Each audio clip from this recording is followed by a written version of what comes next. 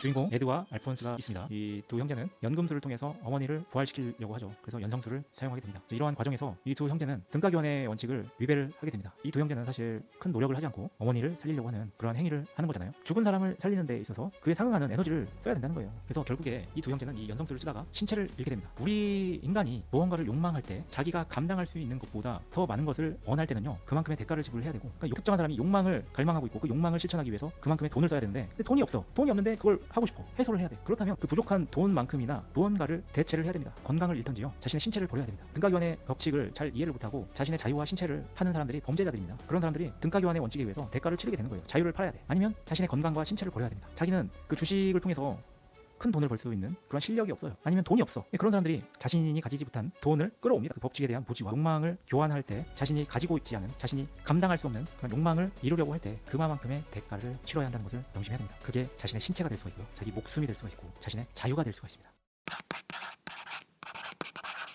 여러분 안녕하세요. 크라임 카너서 TV의 장 박사입니다. 오늘은 제 인생의 법칙 중에 하나인 등가 교환의 법칙에 대해서 이야기를 해보도록 하겠습니다. 제가 살면서 저만의 통찰을 이룬 법칙들이 있습니다. 대략적으로 5개에서 7개의 법칙이 있습니다. 제가 인생을 살면서 나름 정립해 놓은 인간과 사회와 그리고 인간을 둘러싼 자연 세계에서 시공간을 초월해서 보편타당하게 적용할 수 있는 법칙을 의미하는데요. 그러한 법칙들은 나름의 규칙성과 패턴을 가지고 있고, 마치 세계를, 우주를 작동하는 원리들과 같은 것이다 라고 생각이 듭니다. 실제로 그러한 법칙들이 있을지 없을지는 잘 모르겠으나 살면서 나름 유용하다라고 생각한 법칙들이기 때문에 제 구독자님들과 공유를 해보고자 합니다. 제가 이전 영상들에서 등가 교환의 법칙에 대해서 가끔씩 언급은 한 것 같습니다. 그런데 이번 영상에서는 등가 교환의 법칙이 왜 중요하고 저뿐만 아니라 다른 분들에게도 동일하게 작동될 수 있는 법칙인지 이야기를 해보도록 하겠습니다. 등가 교환의 법칙이 아주 유명해진 계기가 있습니다. 중고등학교 때 과학 선생님들이 저희들에게 가르쳐 준 것이 아니라 한 애니메이션에서 유명해진 법칙입니다. 강철의 연금술사라는 애니메이션에서 등가 교환의 법칙이 중요하게 다뤄졌고요. 그 애니메이션을 통해서 대중들에게 친숙해진 거죠. 그리고 그 법칙이 우리가 살고 있는 이 사회에서도 적용이 됩니다. 단순히 만화적인 허구적인 이론이 아니고요. 우리가 지금 살아가고 있는 이 현실 세계에서도 작동이 되고 있는 원리라서 사람들에게 유명해진 거죠. 그러니까 단순하게 설명을 드리면 등가 교환의 법칙은 하나를 잃으면 하나를 얻는다 라는 거고요. 무언가를 얻으려면 그에 상응하는 대가를 치러야 한다라는 것입니다. A를 얻기 위해서는 B라는 대가를 치러야 한다는 것이죠. 이 에너지 보존의 법칙이 있습니다. 에너지 보존의 법칙 굉장히 유명하잖아요. 제가 물리학자는 아니라서 자세하게 설명은 드릴 수는 없겠지만 대략적으로 설명을 드리자면요, 그러니까 에너지가 보존되는 것입니다. 보존이라는 개념이 무엇이냐를 보면 고립된 이 시스템 안에서, 쉽게 말하면 환경 안에서 에너지는 생성되거나 소멸되지 않고 단지 한 형태에서 다른 형태로 변환될 뿐이다 라는 것입니다. 예를 들면 지구계에서 존재하고 있는 에너지는요, 소멸되지도 않고 생성되지도 않는다 라는 개념을 생각해 보면요, 외부 우주에서 지구로 들어오는 그 에너지들이 지금 다 차단되었다라고 가정하는 거죠. 예를 들면 외부에서 지구 안으로 굉장히 많은 에너지들이 들어오고 있잖아요. 별똥별이나 이런 것들은 사실 외부의 그 에너지가 지구 내로 들어오는 겁니다. 그렇죠? 운동 에너지가 열 에너지로 변하는 거잖아요. 별똥별이 되는 것은. 그런 것들을 다 제거를 하면 지구 내에는 항상 같은 에너지가 존재한다는 거죠. 이 지구 생태계 내에서 그 열의 교환이 일어나지 않습니까? 뭐 태풍이나 비가 내리는 현상, 그리고 바람이 부는 현상, 이런 것들은 결국엔 에너지는 같은데 그 에너지 형태가 계속해서 순환하면서 변하고 하는 것이죠. 그런데 이 지구계 내에서의 발생하는 에너지의 총량은 언제나 일정하다라는 겁니다. 그러니까 어떨 때는 에너지가 한 곳에 집중이 돼서 허리케인이 발생할 수도 있죠. 이 바닷가에서 이 뜨거운 공기들의 에너지가 이제 한데 집중되어서 내륙 지방에 에너지가 덜 생기고 있는 곳으로 이동하는 거지 않습니까? 자연재해나 그런 기후의 변화는 결국에는 에너지의 변화를 의미하는 것으로 볼 수가 있잖아요. 다만 우리가 명심해야 될 거는 그 에너지의 총량은 결국에는 같다라는 거죠. 그래서 이 에너지 보존의 법칙이 등가 교환의 법칙과도 일맥상통합니다. 사실 그 개념 자체가. 그러니까 에너지 보존의 법칙은 물리학적 법칙인데 이것을 사회적인 법칙으로 바꾼 것이 등가 교환의 법칙입니다. 그러니까 어떻게 보면 좀 경제학적인 개념이라고도 볼 수가 있습니다. 등가 교환의 법칙. 뭐 하나를 주면 B를 받는다. A와 B의 대가는 동일하다. 그렇죠? 가치는 동일하다. 이렇게 볼 수가 있잖아요. 이런 측면에서 등가 교환의 법칙의 사회적인 의미를 들여다보려고 합니다. 그러니까 인간은 자본주의 사회에서 살고 있죠. 인간은 욕망이 존재합니다. 욕구가 다 있어요. 어떤 욕구죠? 진화론적으로 접근을 하면 생존과 번식의 욕구가 있고, 번식을 잘하기 위해서는 사회적 지위와 자원, 땅에 대한 소유욕이 있습니다. 주로 이제 남성들에게 해당되는 욕구고요. 여성들은 뭐죠? 사회적 지위, 자원, 땅이 많은 남자를 소유하는 거죠. 좀 더 쉽게 말하자면 결혼을 잘 하는 겁니다. 유전자가 좋은 남자를 선택해서 결혼을 하거나 애를 낳는 거죠. 여성들도 당연히 사회적 성공을 이루거나 남자와 같이 이러한 욕구들이 있습니다. 저는 그냥 진화론적인 관점에서 쉽게 설명을 한 거예요. 너무 복잡해지니까. 그리고 뭐 여행, 유의의 욕구가 있고 놀고 싶은 욕구가 있죠. 편하게 살려는 어떻게 보면 안전한 삶, 삶을 추구하기도 하죠. 여유로움 이런 것들을 이루기 위한 욕망들이 있습니다. 자본주의에서 이러한 욕구들을 실현하기 위해서는 돈이 필요합니다. 돈, 자본이 필요해요. 결국에는 인간의 삶은 이러한 욕구 실현에 있는데 이것을 이루기 위한 하나의 매개 수단이 돈이라는 거예요. 돈이에요. 돈, 자본이에요. 자본.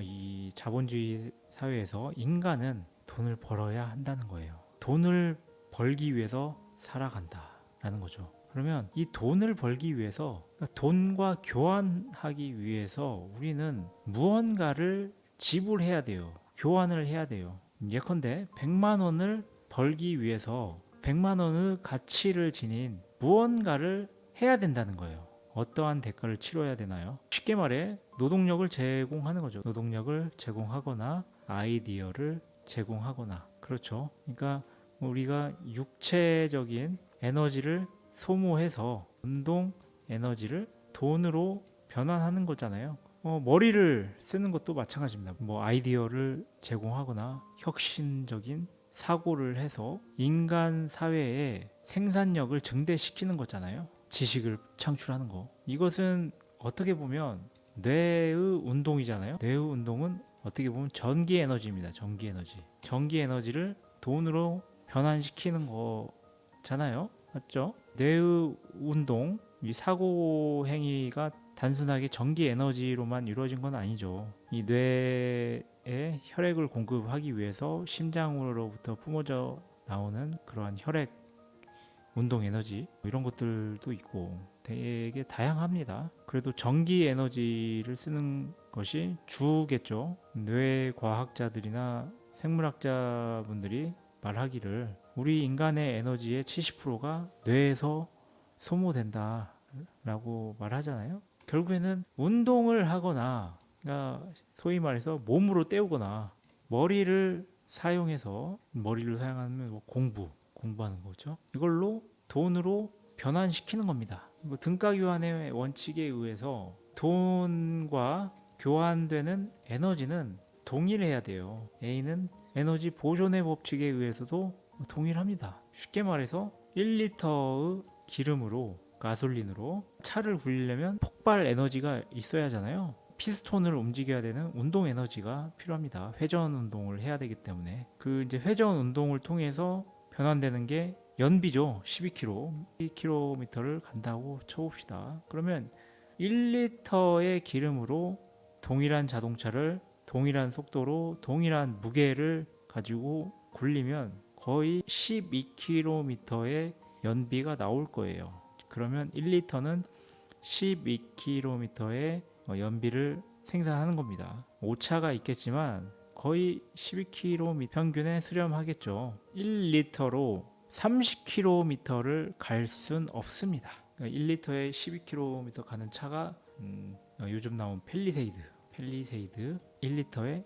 12km를 간다고 가정을 해볼게요. 이것보다 연비가 안 좋겠죠. 자, 그러면 1리터를 가지고 펠리세이드 차량을 가지고 30km를 가게 할 수 있나요? 이거는 물리적으로 불가능합니다. 그러니까 물리적으로 할 수가 없는 거예요. 그쵸? 1리터의 가솔린의 그 에너지는요 30km를 갈 수 없습니다. 그걸로는. 근데 부가적인 게 필요하겠죠. 지금은 A라는 에너지보다 B라는 에너지가 더 큰 거야. 그렇죠? A가 1리터예요. B는 30km. 안 맞는 거죠. 그렇죠? B의 에너지가 더 커요. 그러면 이 펠리세이드 운전자는요. A와 B가 동일해지도록 플러스 C를 해야 돼요. 그래야 B와 동일해집니다. 즉 A 플러스 C는 B가 됩니다. 이러한 C라는 에너지가 없으면 B가 될 수 없다는 거예요. 그러면 이 C는 운전자가 부가적으로 해야 됩니다. 운전자가 또 다른 대가를 지불해야 돼요. 이렇게 할 수 있죠. 차를 뒤에서 밀어서 그 운전자가 가지고 있는 에너지를 써야죠. 지방을 태워야지. 지방 에너지를 그 화학적 에너지를 운동 에너지로 변환시켜야겠죠. 그런다면 A 플러스 C는 B가 되는 겁니다. 이 C라는 것을 해야지. 이걸 하지 않으면 A와 B는 동일해질 수가 없어요. 이것을 황금 연금술에 비교해 보겠습니다. 자, 우리가 추구하는 것은 B라는 황금입니다. B라는 황금을 원해. 왜냐하면 황금이 비싸고 돈이기 때문에. 근데 우리가 가진 거는 이 황금을 만들 수 있는 돌이 있어요. 근데 돌을 가지고 그러니까 황금으로 변환시키려면 황금이 지니고 있는 그러한 화학적 특성을 첨가를 해야 되겠죠. 그렇죠? 그러니까 황금이 가지고 있는 어떠한 특성을 첨가를 해야 돼. 그 C를 해야 돼. 어떠한 성분이 있다고 쳐봐요. 이러한 성분이 있어야 돼. 그냥 돌과 C를 녹여가지고 황금을 만들 수 있다. 이렇게 가정을 하는 거죠. 사실 실제적으로는 불가능하겠지만 여기서는 뭐 기술도 필요하고 D라는 게 또 부가적으로 필요하잖아요. 어떤 순서에 의해서 어떠한 온도에서 어떤 식으로 배합을 해서 황금을 만들 수 있는지 만드는 기술도 필요합니다. 또 부가적인 것들이 필요하겠죠. 뭐 시간, 특정한 화학물이 황금이 되는 데 있어서 시간이 걸릴 거 아닙니까? 단시간 내에 황금이 되진 않았을 거예요. 굉장히 오랜 시간 동안 특정한 환경에서 특정한 성분의 조합이 있었기 때문에 황금이 되었을 겁니다. 그러한 방식은 아무도 모르겠지만 화학자들도 알까요? 모르겠죠. 그리고 인간이 모르는 이 미지의 그 실제적인 자연의 법칙이 있을 겁니다. 자연의 법칙. 아주 어려운 거겠죠. 아무튼 어떠한 상태에서 황금이 만들어진 거잖아요. 방법이 있는 거지. 지구라는 환경에서 어떠한 방식을 거쳐서 황금이 된 겁니다. 이 황금이라는 이 성분 자체가 애초에 있었던 게 아니죠. 특정한 규칙과 환경 속에서 만들어진 거잖아요. 그렇게 가정을 하는 게 상식적이죠. 그래서 우리가 그 방식을 그대로 재현을 하면 황금이 된다는 겁니다. 그런데 이러한 법칙들을 인간으로서 알 수가 있나, 찾을 수 있나 라는 거죠. 이러한 자연의 법칙에 도달하는 데까지 있어서 많은 노력이 필요한 겁니다. 많은. 쉽게 다가갈 수 없는 거예요. 이러한 관점에서 보면 황금이라는 결과물을 우리가 가지고 있지만 이 황금이 되기까지의 정말 어려운 그러한 자연적 조건, 시간 그런 것들에 대한 우리가 알아내야 되는 노력들 사실 너무나 복잡한 거예요. 너무나 복잡하다.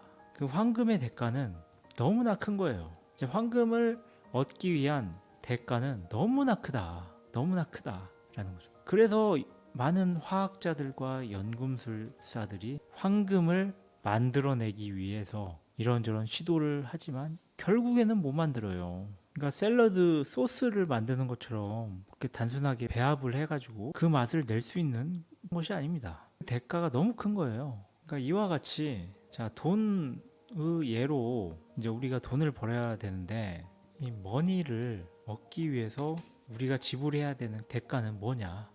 라는 거죠. 노동력과 지적 생산 활동을 해야 되는 건데 이 두 가지 활동을 해야 됩니다. 그리고 많은 돈을 벌기 위해서는 많은 노동력과 지력이 필요한 겁니다. 그리고 시간도 필요하고요. 시간.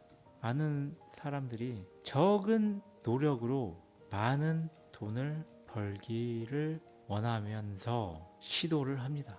이것이 문제예요. 즉 노력 A는 돈 B가 돼야 되는데 그게 안 된다는 거예요. A가 더 작아. 실제적으로 노력한 것은 적은데 더 많은 것을 원한단 말이야. 이제 여기에서 문제가 발생하는 거죠. 아까 제가 예를 든 그 펠리세이드의 연비 문제를 보면요. 그 운전자가 가지고 있는 기름은 1리터밖에 되지 않은데 이걸 가지고 30km를 가야 되는 그러한 욕구가 있다라면 부가적인 시의 행동을 해야 됩니다. 운전자가 밀어야지. 밀지 않으면 안 가는데 아니면 이 B의 그 가야 되는 거리를 줄이던지요. 대부분의 사람은 가진 것에 비해서 더 많이 가길 원하잖아요. 요즘과 같은 자본주의 사회에서 미디어가 이 SNS가 많은 사람들에게 동일한 욕망을 심어줬잖아요. 그러니까 많은 사람들이 동일한 정도의 욕망을 가지고 있습니다. 대부분의 사람들이 부자가 되고 싶고 이 돈으로 결혼도 잘하고 싶고 번식도 잘하고 싶고 편하게 살고 싶기도 하고 여유롭게 살고 좋은 집에서 살고 싶고 다 그런단 말이에요. 종교적인 그런 목적을 가지신 종교인들 빼고 대부분의 사람들이 그래요. 많은 사람들이. 그래서 여기에서 이 등가 교환의 법칙을 이해를 하지 못하신 분들이 착각을 하는 거죠. 이러한 무지에 의해서 착각을 하면서 삽니다. 등가 교환의 원칙을 쌩까고 사는 거예요. 강철의 연금술사라는 애니메이션으로 돌아가면요. 주인공 에드와 알폰스가 있습니다. 이 두 형제는 이 불치병에 걸린 어머니와 같이 살고 있고요. 이 어머니는 결국에는 이제 죽게 됩니다. 아버지는 오래전에 가족을 떠났고요. 이 사랑하는 어머니를 잃고 이 두 형제는 연금술을 통해서 어머니를 부활시키려고 하죠. 그래서 연성술을 사용하게 됩니다. 이제 이러한 과정에서 이 두 형제는 등가 교환의 원칙을 위배를 하게 됩니다. 이 두 형제는 사실 큰 노력을 하지 않고 어머니를 살리려고 하는 그러한 행위를 하는 거잖아요. 한 사람의 생명을 다시 부활시키는 데 있어서 얼마나 많은 에너지가 필요할까요? 그러니까 우리 인간은 생명이 없는 황금도 만들 수가 없잖아요. 그런데 심지어 죽은 생명체인 사람을 살려내야 됩니다. 그런 것에 있어서 등가 교환의 원칙을 보자면 죽은 사람을 살리는 데 있어서 그에 상응하는 에너지를 써야 된다는 거예요. 황금도 만들기 어려운 상황인데 사람을 부활시키는 데는 얼마나 많은 에너지가 필요할까요? 그래서 결국에 이 두 형제는 이 연성술을 쓰다가 신체를 잃게 됩니다. 동생인 알폰스는 자기의 신체를 잃고 옆에 있던 갑옷으로 영혼이 빨려 들어가고요. 형인 에드는 팔과 다리를 잃습니다. 그러니까 여기에서 주는 교훈은 뭐냐면요. 우리 인간이 무언가를 욕망할 때 자기가 감당할 수 있는 것보다 더 많은 것을 원할 때는요. 그만큼의 대가를 지불해야 되고 만약에 욕망을 이뤄야 되는데 그만큼의 돈이 없다. 아까도 설명했지만 욕망을 이루기 위해서는 자본주의 사회에서 돈이 필요합니다. 돈으로 그런 욕망을 만족시킬 수가 있는 거죠. 그러니까 특정한 사람이 욕망을 갈망하고 있고 그 욕망을 실천하기 위해서 그만큼의 돈을 써야 되는데 돈을 쓰면 해결이 돼요. 근데 돈이 없어. 돈이 없는데 그걸 하고 싶어. 해소를 해야 돼. 그렇다면 그 부족한 돈만큼이나 무언가를 대체를 해야 됩니다. 대표적으로 그게 건강이라고 생각합니다. 건강을 잃던지요. 자신의 신체를 버려야 됩니다. 그게 건강이죠. 아니면 자유를 대가로 치러야 돼요. 그러니까 그런 등가교환의 법칙을 무시한 사람들이 등가교환의 법칙을 잘 이해를 못하고 자신의 자유와 신체를 파는 사람들이 범죄자들입니다. 교도소에 간 사람들, 그런 사람들이 등가교환의 원칙에 의해서 대가를 치르게 되는 거예요. 자유를 팔아야 돼. 아니면 자신의 건강과 신체를 버려야 됩니다. 제가 좋아하는 예가 있는데 주식을 예로 들게요. 어떠한 사람이 있는데 주식을 통해서 일확천금을 꿈꿉니다. 자기는 그 주식을 통해서 큰 돈을 벌 수 있는 그런 실력이 없어요. 아니면 돈이 없어. 그런 사람들이 자신이 가지지 못한 돈을 끌어옵니다. 빚을 져요.